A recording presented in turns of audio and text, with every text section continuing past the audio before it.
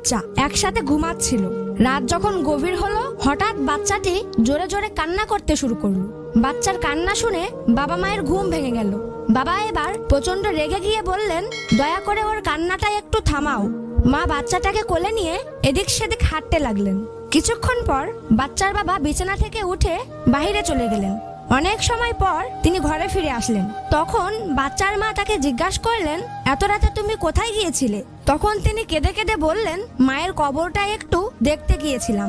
স্ত্রী অবাক হয়ে আবার জিজ্ঞাসা করলেন, এত রাতে হঠাৎ কি মনে করে? স্বামী উত্তর দিল, আমাদের বাচ্চাটি যখন কাঁদছিল তখন আমার খুব বিরক্ত লাগছিল, কিন্তু লক্ষ্য করে দেখলাম তুমি একটুও বিরক্ত হওনি, বরং ওকে বুকে জড়িয়ে আদর করতে করতে হাঁটছিলে, কারণ তুমি ওর মা।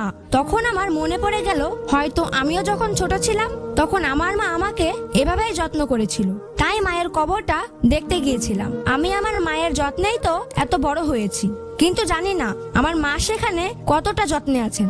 বন্ধুরা, মাকে কখনো কষ্ট দিবেন না, কারণ মা অনেক কষ্ট সহ্য করে আপনাকে আদর যত্ন